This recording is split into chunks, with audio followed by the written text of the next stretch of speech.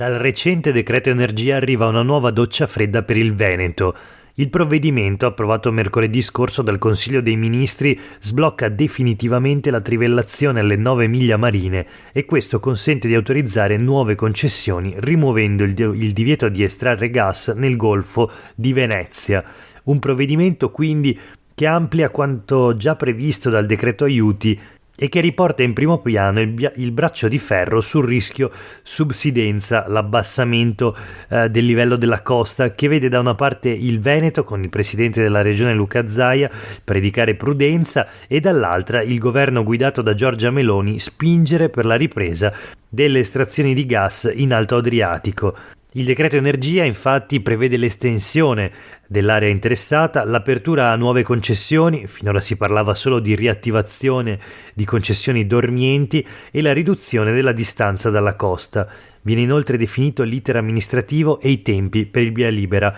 La competenza della Commissione PNIEC-PNRR, ovvero quella istituita per la valutazione di impatto ambientale dei progetti previsti nel Piano Nazionale di Ripresa e Resilienza e nel Piano Energia-Clima 2030.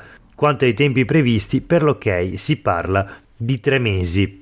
Questo è Sveglia Veneto, il primo podcast dedicato all'informazione vista da Nord-Est.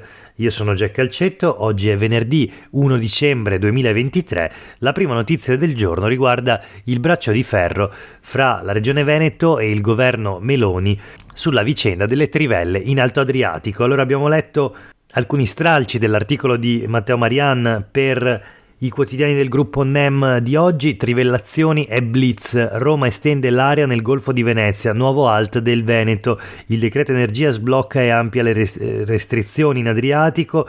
Palazzo Balbi, la giunta regionale, quindi dice prima va escluso il rischio subsidenza. Sono previste anche le nuove concessioni e viene ridotta la distanza dalla costa. Questo nel decreto energia appunto. La notizia è anche sul Gazzettino di oggi. Trivelle nell'Alto Adriatico, la regione ribadisce il no, il decreto energia appena approvato amplia le estrazioni. Palazzo Balbi dice che devono però esprimersi gli scienziati e nel frattempo, giusto l'altro giorno, il Consiglio regionale del Veneto ha approvato all'unanimità un emendamento al DEFR, il documento di economia e finanza regionale, presentato da Erika Baldin del Movimento 5 Stelle, che impegna l'ente a esprimere la propria contrarietà alle estrazioni di idrocarburi anche a fronte di modifiche del quadro normativo. Adesso, dice Baldin, la palla passa al Parlamento, che ha poco meno di 60 giorni per trasformare in legge il decreto energia. Se il governo Meloni tira dritto, i parlamentari veneti non possono non tenere conto del pronunciamento del Consiglio regionale. A Roma cosa sceglieranno tra la bandiera politica e il proprio territorio? Chiede la consigliera pentastellata. Quindi altri 60 giorni per capire quale sarà il futuro dell'Alto Adriatico, della costa anche del litorale veneto minacciato dalla subsidenza, in particolare i territori del Rodigino, del Polesine.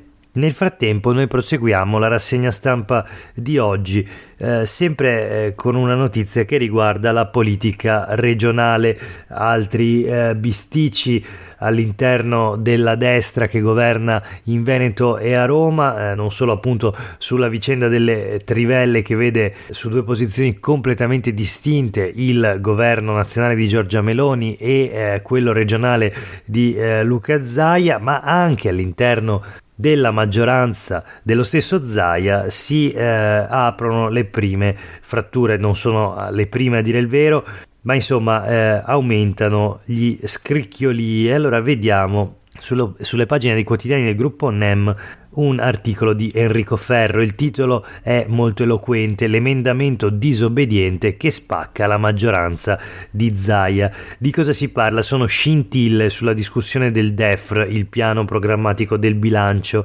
Il presidente Zaia è furioso ed è crisi nella Lega, scrive Enrico Ferro, l'articolista. Il segretario Stefani, segretario regionale della Lega, interviene: ho bloccato le possibilità di presentare proposte individuali per il bilancio, ma nel frattempo appunto c'è stato un emendamento al documento di economia e finanza firmato da Nicola Finco, consigliere regionale leghista, che si difende così: però la mia proposta è stata votata all'unanimità, tanto male evidentemente non era. Gli risponde Francesco Calzavara, assessore al bilancio della giunta Zaia: l'atto di un singolo non comprometterà la compattezza di questo gruppo. Insomma, volano stracci nella Lega di Luca Zaia. La notizia anche sul Gazzettino di oggi, in un articolo di Alda Vanzan: Lega, lo strappo di Finco sulle rette degli asili nido. Ecco di cosa trattava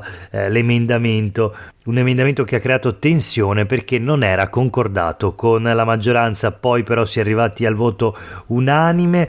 Anche qui ci sono le dichiarazioni del segretario regionale della Lega, Alberto Stefani, che dice: ho richiamato Finco e poi ho bloccato iniziative dei singoli, il gruppo resti compatto, si dovrà cambiare la programmazione e dirottare i fondi europei destinati alla formazione professionale. Questo il contenuto dell'emendamento sugli asili nido proposto da Finco e approvato comunque all'unanimità dal Consiglio regionale, ma molto più dei contenuti è stata la forma a far inferocire vari esponenti leghisti. Questa iniziativa personale individuale all'interno di un gruppo che non ha presentato alcun emendamento alla proposta, al documento di economia e finanza confezionato dalla giunta Zaia. Quindi Nicola Finco, unica voce fuori dal coro, seppure con una nota soltanto, con un emendamento soltanto, nella Lega di Luca Zaia. Ma voltiamo pagina, restando sul Gazzettino, sfogliando troviamo una notizia che riguarda la pandemia da coronavirus. Veneto, ripresa del Covid, tenere alta l'attenzione. L'ultima rilevazione di Azienda Zero parla di un'incidenza quasi raddoppiata in un mese. Da ottobre sono state somministrate 57.000 dosi, gli esperti sarebbero divisi sul ritorno delle mascherine, ma insomma intanto si alza il contagio. 715 degenti positivi negli ultimi 28 giorni in Veneto, di questi 321 sono in ospedale con e non per Covid, scrive il Gazzettino. 1 su 5 è entrato in condizioni serie. 802 sono invece gli operatori sanitari positivi in Veneto al 27 novembre. Le aziende più colpite finora sono l'ULSS 1 Dolomiti, l'ULSS 2 Marca Trevigiana e l'ULSS 6 Euganea. Questi sono gli unici dati a disposizione, quelli che arrivano dagli ospedali, perché come notava in questi giorni Andrea Crisanti, naturalmente il tracciamento è stato completamente abbandonato, non ci sono più statistiche complessive sull'evoluzione della pandemia che permettano di dire e di capire veramente quanto diffuso è il Covid in questo momento, ma per il governo Meloni non è un problema. Chiudiamo la rassegna stampa di oggi con le ultime due notizie flash. La prima arriva dal Trevigiano e la troviamo sul Corriere del Veneto. È una vicenda che riguarda una scuola. Una professoressa ha messo una nota a un alunno ed è stata poi minacciata nel parcheggio della scuola, accerchiata dai bulli che le hanno detto: te la faremo pagare. La professoressa delle medie ha poi scritto alla scuola e al sindaco. Vediamo la vicenda sul Corriere del Veneto. Una docente di scuola media in provincia di Treviso, mentre tornava alla propria auto dopo le lezioni, è stata accerchiata e minacciata. Erano lo studente a cui aveva messo una nota e altri bulli. La prof ha segnalato il grave episodio all'istituto.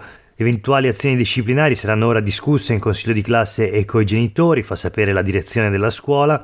Nel frattempo interviene la CISL che chiede supporto psicologico per insegnanti e studenti all'interno delle scuole. L'ultima notizia di oggi invece riguarda i funerali di Giulia Cecchettin, che si terranno martedì mattina nella Basilica di Santa Giustina a Padova. Nel pomeriggio invece cerimonia a Saonara. L'annuncio ufficiale sarà oggi, poi la 22enne sarà sepolta vicino alla mamma Monica.